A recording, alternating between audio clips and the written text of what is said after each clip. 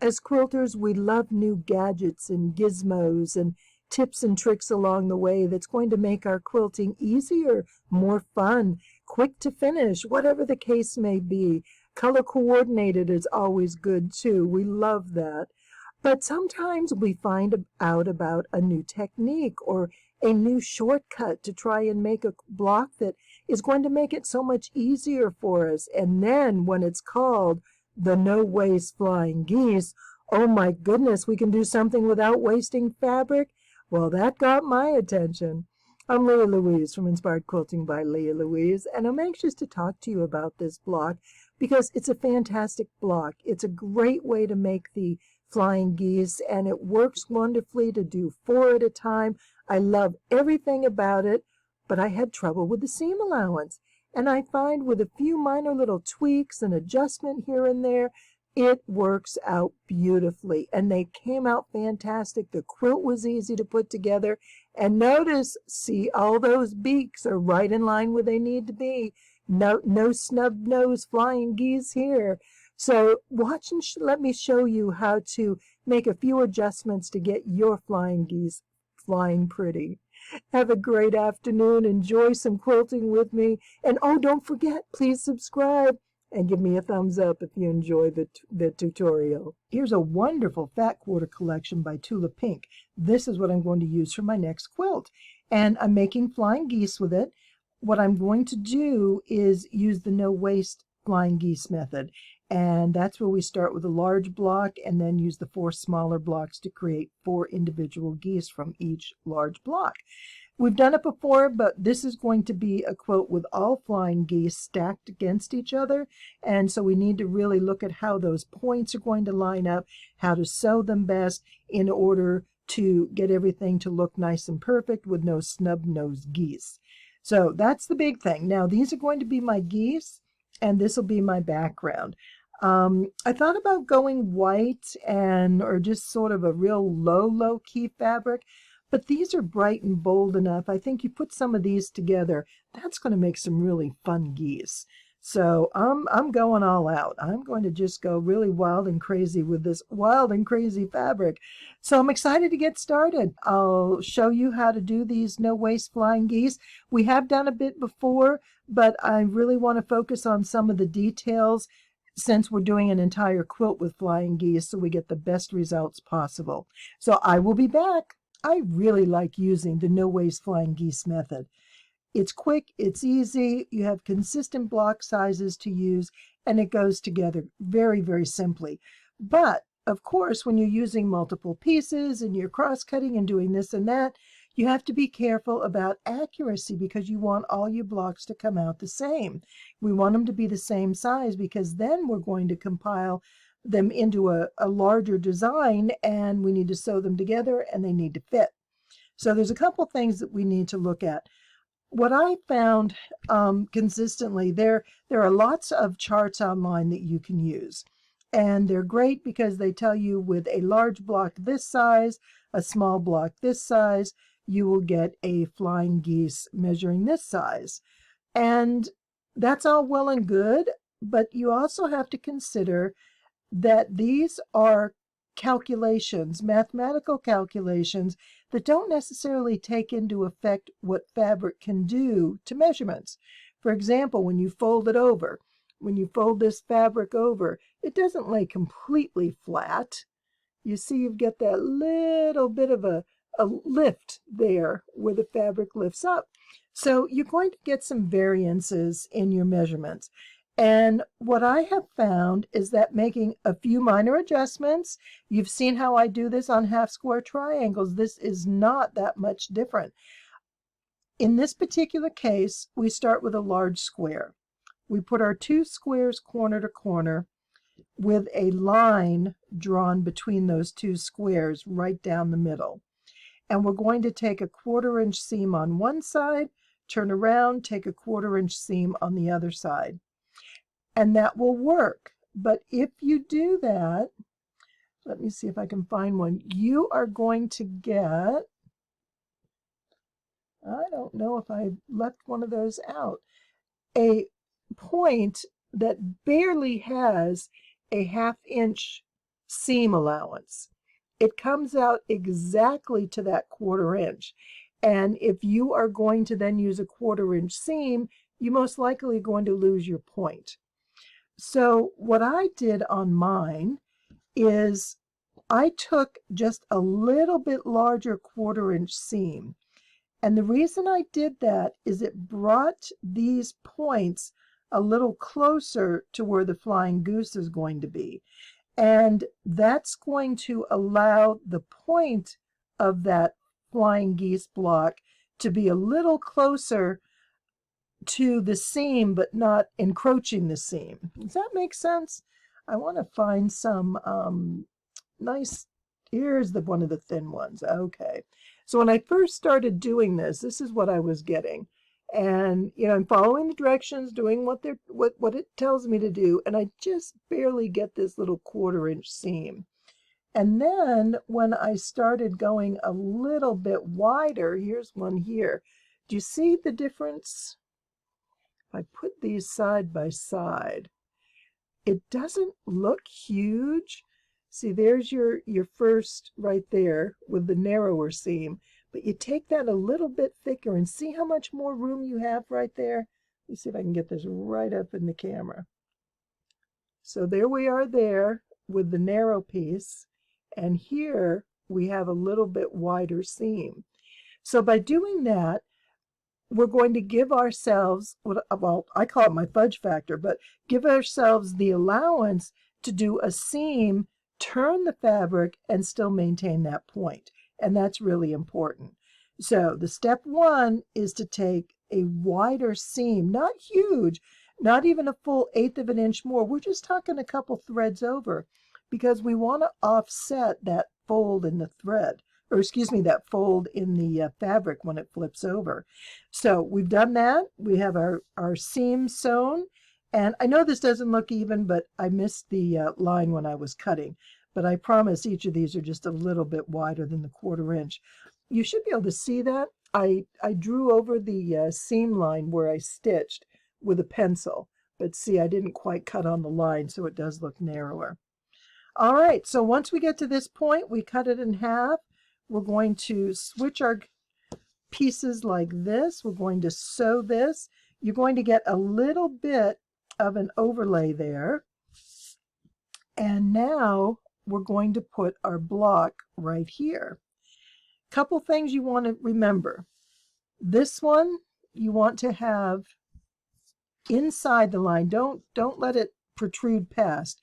There's not much fudge factor here. You've got to really pretty much get it spot on. But you lay this in here, and I did it so I could see the fabric underneath, so I knew, and that didn't cut me short anywhere, but it gave me plenty of room just to make sure everything was good. So this corner lines up there. The other important part is to make sure that this corner isn't off to one side or the other. You want this to line up exactly at that center point right here. So you're going to bring this up, and you want that to be in the middle. The reason that's important is your seam is going to fall right at those cross sections. Do you see where the fabric is? Let me line that up there. Where this fabric here, and you've got that point. Your seam is going to be just inside of that. So when you do your 1/4 inch seam, and again, this one's going to be just a little bit bigger, not a lot, just a little bit bigger, and it's going to be here, but you want these to be equal. Have you ever turned a flying geese over and this happens where one side is higher and the other one is lower? They're not even. That's because the corners didn't line up well. And if you get this all set like this, and you sew like this into that little valley right there, and do your 1/4 inch, you're going to have a great result. So we're going to do that on both of these to finish, but what I want to show you here is what it looks like. And this little piece is there. You'll notice that when I do my trimming for the threads, I just cut that little corner off too. Kind of keeps things clean. So this is where I sewed it. Again, I drew on the seam line so you can see. And right there, do you see where those seam lines come to where the V is, where the two fabrics meet together? And by doing that, when I flip this over, I'm going to get a nice clean seam with my flying geese. So at this point, I'm going to cut that in half. I don't have my little ruler, but okay, so I did cut that in half, and then this is what we end up with. This one and this one, actually there'll be a total of 4. But see how nice this works. We've easily have a good 1/4+ inch seam allowance there. So when I come across the back and I'm going to do my seam allowance, I'm going to go right across the top of that point, and I'm going to get perfect points on all my geese. So that's the important part that I want you to understand about this process. It works great. I really like using it. It's effective. But for me, I needed to adjust that seam allowance a little bit just to make sure I had room to work with. Now, this probably makes my flying geese a smidge smaller, but it's not enough of a difference. But I would rather have a little smaller square and have seam allowance to work with than to have to fuss with trying to make those seams line up. And because the entire quilt is made with the same block, I'm not going to have any problem with things matching. My seams will all match because I'm doing them consistently the same. I'm really happy with how this is turning out. So I have some wonderful blocks here that are coming together, and these prints are a lot of fun. So let me go ahead and start putting some strips together and show you what this is going to look like. Just look how great these look. Oh my goodness, they're wonderful. And if you'll notice, I'm going to kind of do a run by here. See how all those points are just within a fraction of the goose in front. So our flying geese are looking pretty darn awesome. And what's nice is just how flat and smooth, and they press well, but that's because we have to press these away from the points. So these points we want to make sure are up. Otherwise, if we fold them down, let me hold this up here. We want these points to go towards the next block, because if we try and press these inward, they're going to go over that, all that fabric is going to get way too thick. But notice how easy this is to sew. When I put my blocks together and I'm ready to sew, I just take that seam right across and I just go right on the outside of that point. You see that? Right on the outside of that point. And then we've got a beautiful goose point. We've got our beaks in place and everything looks wonderful. So that's really the quick of it. Once you get these blocks finished, it goes together very, very quickly. Everything's going to press in the same direction, which is awesome. That makes it great. And you know what's even more wonderful? Every other row flips. So everything gets pressed exactly the same, but when you assemble the quilt, you're going to flip the alternate rows. And what's nice about that is where these seams join, because these are going up. Let me put this in the screen a little more. These are going up and these are coming down. So we want to join these horizontal lines, but yet we don't have to have this other point, this other triangle coming in place if these geese were all going the same direction. So this makes a wonderfully easy pattern because of the alternating flip. If they're all going the same way, there'd be a lot more fussy work to sewing this. But I love how it's coming out. I have 4 of the 6 rows together, and they're looking really awesome. Look at all those colors. And, you know, there's a few that I sort of snubbed off on the sides, but that's not what's noticeable. This is the point that's noticeable. And if all those points look great, then your quilt is going to look awesome. This little guy, I mean, like barely a smidge. It's not really significant, but it's there. And it's certainly not anything I'm going to worry about or even, consider pulling my quilt apart for that. This one's sort of a little bit farther apart, but that's okay. I'd rather have a little space so that the triangle is clean than have them cut off in the corners. So that's my decision. That's what I prefer. I think it gives like I said, a cleaner look, and that's certainly something up to you, that you're going to decide what's important as you're quilting. And there's a few places where, I have some blocks close together, but in the scheme of all of it laying out, it looks wonderful. It really does.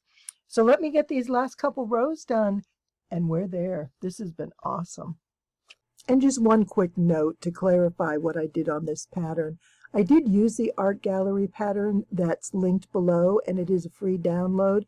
But other than the layout, I didn't really follow the pattern at all. The way the geese were made is a way that uses a lot more fabric, and I wanted to use the no waste flying geese. So that is not going to give you a lot of information as to how to make the quilt this way. And what you would want to do is follow the dimensions of the blocks to make the no waste. The large block being 10 1/4 and the smalls being 5 3/8. So I just want to make sure we're all clear on that.